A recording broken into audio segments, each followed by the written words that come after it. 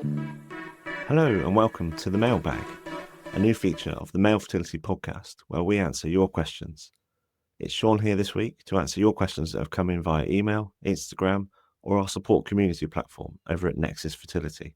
As a sperm donor recipient father, I get a lot of questions about how I came to terms with that and what it's like on the other side. So I thought that for this week, I will create a special episode dedicated to that because it's obviously such an important topic for me and for all of you as well. So many questions came in about it. So what I've done is group those numerous questions into 6 similar themes so I can address as many of the questions that came in as possible. Now, what I will say before I start giving my own perspective, my lived experience, is to harness the use of the support that's out there from your clinic or your sperm bank. They all offer support services and counselling. It can be really useful. So I'd urge you to seek that out as well. My perspective is my perspective. It's what worked for myself and my wife, but it's important to get as much support from as many areas as you can. Without further ado, let's get into it. So a common question, and it's a good one to start at the top, I think, because it is all around how I came to terms with needing to use donor sperm and letting go of my ability to pass on my genetics. So it's a long process, to be honest, and that's what I'll say. It goes through everything that I'll probably share throughout this episode is that you go through a journey, really. And with that loss of genetics, it's all part of the grieving process, which I didn't know I was going through at the time, actually. I was being dragged through it a lot of the times, feeling angry and not knowing why, or sad. And it's all completely normal when you look back at it with hindsight. But at the time, when you're just trying to put one foot in front of the other, get through the next appointment or the next week, and you're going through this unwittingly, and you don't know why you're angry, you don't know why you're resentful at certain things, friends with pregnancy announcements, for example. When I look back now, it's actually normal, and of course it was the right thing for me to be doing. But part of that grieving process, I was letting go of that dream that I had of having my own children, my own biological children, and rebuilding new foundations, really, who I wanted to be as a father. And the last part of a grieving process is acceptance, and it's the hardest point to get to. But when I started to get towards, that's where I started readdressing who I was as a person, who I was as a husband, and who I wanted to be as a father. And that's how I started letting go of one thing, i.e. my ability to pass on my genetics and have biological children, and starting to build a new future, a hope of a new future. Because let's not forget also that there's so many uncertainties in IVF, and this was just crossing a massive barrier. There was no guarantee that I was going to have children as a result, but it was a massive psychological barrier to get over to even progress towards that and towards being able to use donor sperm. So that was all about essentially establishing who I was as a person and asking my wife who I was as a person, because it's a hard question to ask yourself. How many times do we really sit down and try and consider who we are and ask ourselves those hard questions? So I asked my wife, like, what was it that she loved about me to want to settle down and marry me, hopefully start a family? And it was her answer that started allowing me to really reform my identity, because that identity had been stripped with infertility, questioning who I was as a man. And the things that she told me, they were things that weren't dependent on being able to pass my genetics, my resilience, my character, my humor, my love, my just everything about me as a person that she fell in love with was not dependent on DNA and me passing that on. Yeah, I started to realize that actually all of those things were character traits, and that's what I had the ability to pass on still, of course. So that's where I started to really build those bridges and come to terms with the fact that being a parent, being a father, was not dependent on being able to pass on DNA. It was being able to pass on all of those really important and powerful elements of being a person, being a good human being. Now, another very common source of questions was around the fears about using donor sperm. And yeah, it's a biggie. It is a biggie because, of course, like there were fears at the time. I have fears now still, coming to terms with using donor sperm. I was really fearful that around that connection piece, which I think is very common and everyone goes through is, will I feel connected to my sperm donor conceived children? And even I remember when my wife was pregnant and the first few times that the twins would kick, she would say, "Oh, they're kicking, come over." And I'd feel it. And it was amazing the first few times. And then she would encourage me to talk to the bump. And then a few times after, over the months, she would say, "Oh, they're kicking, come and feel them." And I couldn't be bothered, to be quite frank. I'd be comfortable on another sofa. So then my mind started kicking in and it was saying, like, is that because they're not yours? Is that because you haven't got that connection? And what I realized in hindsight and being able to talk to friends now about this afterwards, because also this was lockdown, one of the lockdowns. So I didn't have that ability to be in the pub or just chatting with mates. And these are friends with biological children, by the way. And having spoken to them, they're all like, "Oh no, we felt that way too." So I think it was a bit of a man thing, but also it shows the power of the mind, because my subconscious was kicking in saying, "Oh, is that because you haven't got that connection? Would you be over there in the shop if you were biologically connected to those children?" And yeah, it's those fears really do play on your mind a lot. It's around how things are going to be, because it is a big unknown. It's a life-changing thing to have children. Obviously, you strive so much when you're going through fertility treatment to get there. And then when you go an alternate route, such as donor conception, all those fears do kick in. And on the other side, when they were born, they evaporate very quickly. I can assure you that. And it's not a given. You have to show up every day and you grow that love, like you grow that love with anyone that you have in your life that comes into it later, like your significant other, for example. Outside of films, does love at first sight truly exist? Like when you meet someone, no, you work on that. And it's the same with children. I don't think that is something that even a biologically related parent would say, is that, oh yeah, oh, everything changed at that moment. Love takes a lot of work, and it's no different with children who are born via alternate means and routes. And it's special. I still have fears, of course I do. I'm going to be living as a donor recipient father for the whole of my life.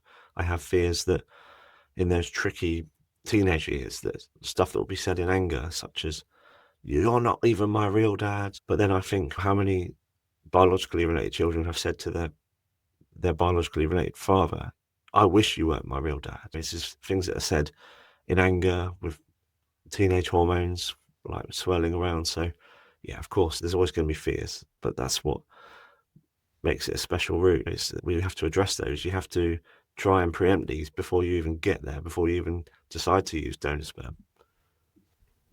And that decision to use donor sperm is not one that is easy, because another group of questions came in about how long did I or we decide to pick our donor and how, because people find it overwhelming, and it is overwhelming.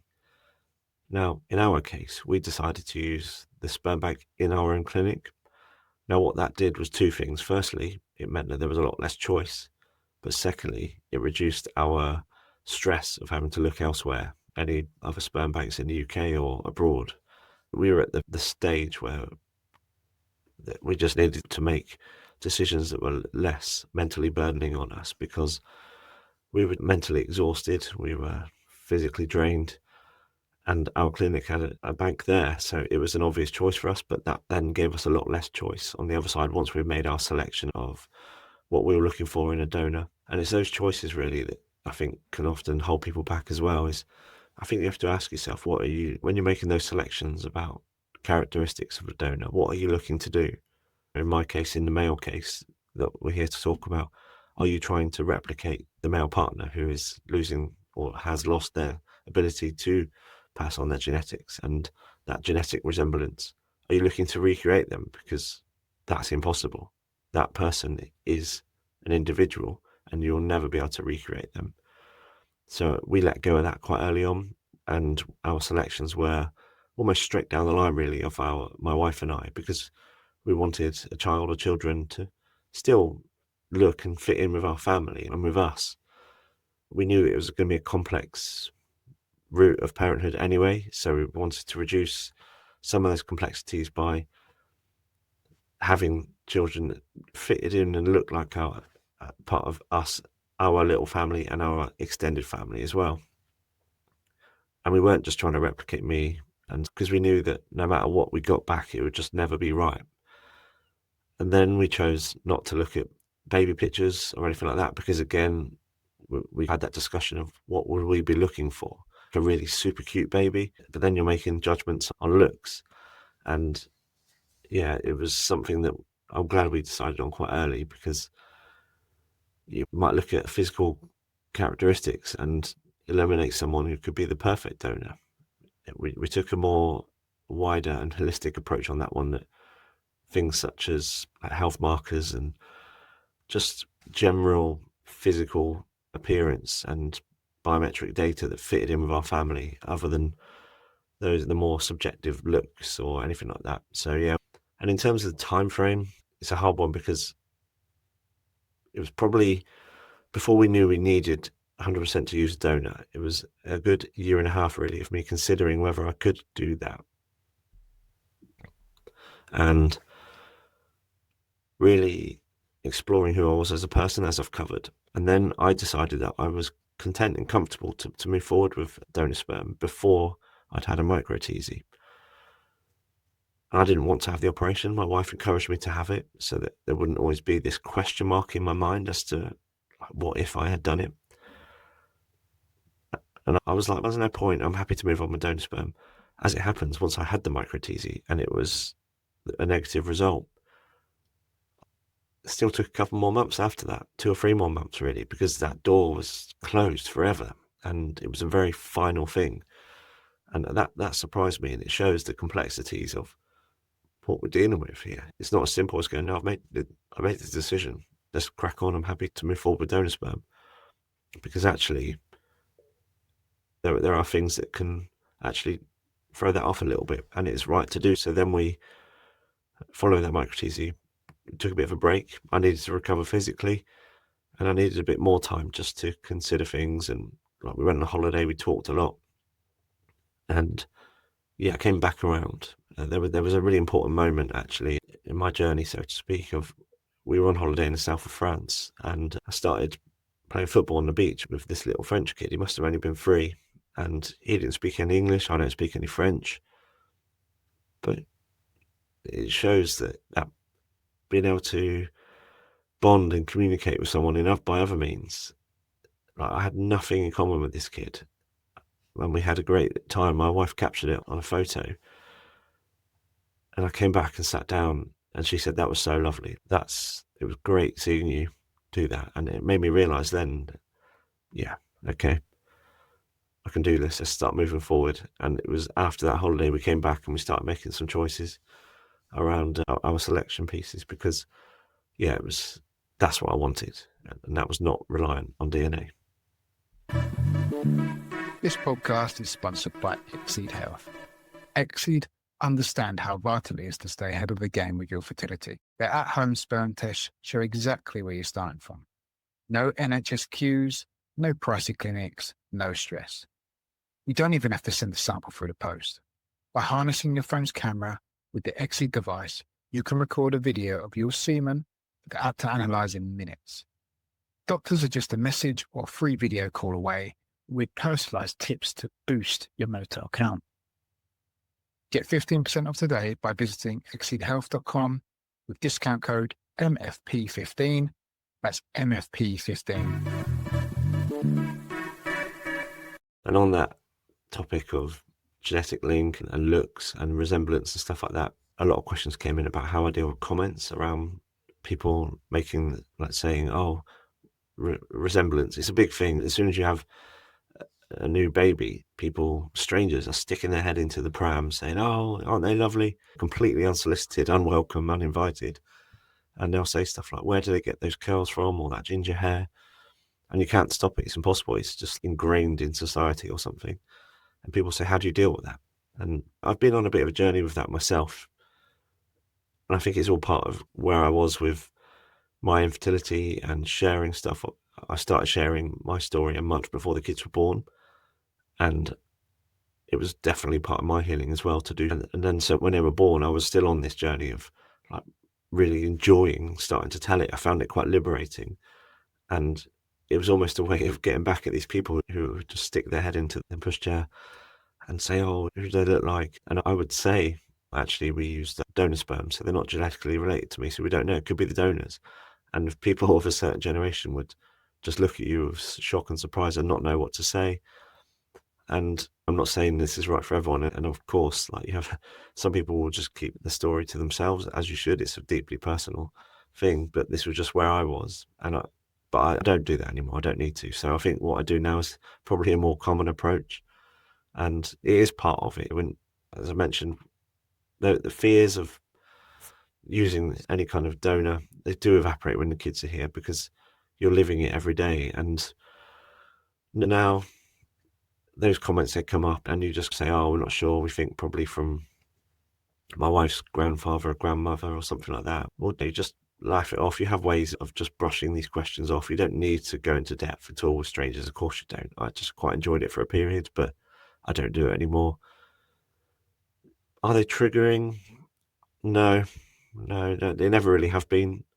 As I said, what I used to do at the beginning was just say that to get a reaction from them, and really almost just test them and throw it back on them, just to let them know that those kind of unsolicited comments aren't really appropriate. But yeah, no, they're not triggering, because there's so much love there. And actually what we do get, I say my wife gets quite a lot of her friends who know our story, but say to her, look, I know what route you've taken to parenthood, but my word, Ray doesn't half look like Shaun. And she's always, oh, okay, really? I don't see it. Because I think it's different when people are probably only seeing the kids every once in a while or through Instagram or whatever. But yeah, she gets that quite a lot. But weirdly, no one's ever said that to me, which I don't really know why, but I'm completely comfortable. And it's a compliment for me, because he's had some kids. It's I'll take that. But yeah, I think ultimately with that, you learn your own way of dealing with it. And at first it can be more tricky, but that's part of becoming a donor recipient parent. You learn your ways of fending off questions or comments, and then you just learn what works for you, and you hone that over time. And a common question that comes through, and certainly did prior to this episode, was, will we, or are we going to be, or are we already telling our kids about the fact that they're donor conceived?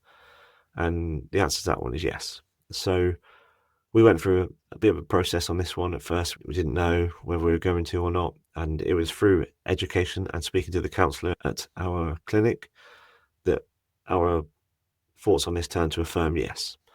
So the previous generation, say my parents' era, who were going through donor conception, they were told by professionals, don't tell, there's no need to tell, they're never going to find out. Because those professionals had no idea where the world was going to go with the internet, with the ease of at-home DNA testing, with websites like Ancestry.com. Genealogy is interesting. People like to find out their backgrounds, even if you have no known alternate routes, whether it's adoption or donor conception or whatever. Even if you have quite a boring route to in life and a family tree, people still want to delve, and that's what has fueled this growth in DNA tests and stuff. And those professionals didn't know how easy that was going to become, and that people were going to find out quite easily sometimes. And what was pointed out to us, which is quite important, is that it might not even be your donor conceived children trying to find out about their own history or relatives. People can contact them, because there's so many other people out there, donor conceived children, young adults, for example, who are trying to find out and might do their own sleuthing online and contact your kids. And so you have to be prepared for that. And what I was doing a lot was listening to podcasts where young donor conceived adults were talking about their stories, and the overwhelming opinion of people who weren't told. And they were saying that loads of these people were raised with full of love and in a really happy environment, but they always said, once they were told, it was like this big bombshell, because it had been kept a secret. But also, they've all said the same thing. There was always something. I always knew there was something there. And I was talking to a donor conceived adult recently in person, and she said the exact same thing. She was raised without knowing, and once she did find out, She said there was always something there. And I think that, for me, was such a game changer in our opinion. There's a really useful book called Free Makes Baby, and it can really educate you on where you're at. It meets you at every stage, whether it's preconception, pregnancy, or even after birth. It's a valuable resource, and our opinion changed firmly on that. And it's about identity, really. And if you're raising a kid in the full knowledge of how they came to be, then it's like a suit of armor, really. There's no shame there. There's no secret, nothing to come out later in life. And so we made that decision. We've been telling them early, telling them often, practicing it from when they were babies. Like when they have absolutely no idea what's being said. It's just gibberish, like anything else. My wife might say that anything I talk is gibberish, to be fair, but what that would do is not for their benefit at that age. It's for us practicing, telling them, and getting used to saying it out loud to your donor conceived child. It's a very deeply personal story and thing to go through and share. And then there are books that you can use to help this. There are several, and you can get them specifically for whatever kind of donation you've used. So obviously we bought a couple of sperm donation books, and it takes you for a journey of the story about needing medical intervention. Daddy didn't have any seeds, for example. But in fairness, we got a couple of those. They didn't really work for us that well, and kids just weren't that interested. What our daughter especially likes is for me to tell it like a fairy tale. So once upon a time, Prince Daddy met Prince Mummy, and they wanted to settle down together. They got married and became king and queen, and then they wanted a child, but Daddy didn't have any seeds. And then go through the story, and she loves it. And for ages, she thought I was saying donut rather than donor, and it was just really sweet. And then the story obviously nicely rounds off with then we had you and Ray, and we all lived happily ever after. She loves it. She's really into all the Disney princesses and stuff at the moment. So you find your way. It's a bit like I was saying earlier about how you deal with comments about resemblance, etc. You find what works for you, whether it's reading books, telling stories, telling fairy tales. But yeah, I would say it's not for me to say you must tell kids, you must be open and honest. All the research out there, all the professionals will say that's the advice now, because it is all too easy for these things to come out and for people to find out and be dropped like a bombshell. So yeah, we took the approach that our children, if they're raised with it from the outset and empowered with it, then it just becomes part of who they are, part of their identity. And that, of course, the most important thing is for them to know that they are loved very deeply. So yeah, I hope all of that was very useful for everyone. They were like the most common themes that came up, grouped into some headline topics there. But as always, you know where we are. As I said, email, Instagram, NeXYs. Come and join us over at NeXYs Fertility. We have a really supportive community group there of men only chat, partner and couples chat function, and we run loads of events. I've run one previously with a bunch of donor recipient fathers who have all used donor sperm, giving their thoughts and perspectives on it. That's me for this time. It's an important topic, the one that's covered appropriately. And yeah, get your questions in, keep them coming in, and then we'll address them on these mailbag episodes. Until the next one, see you later.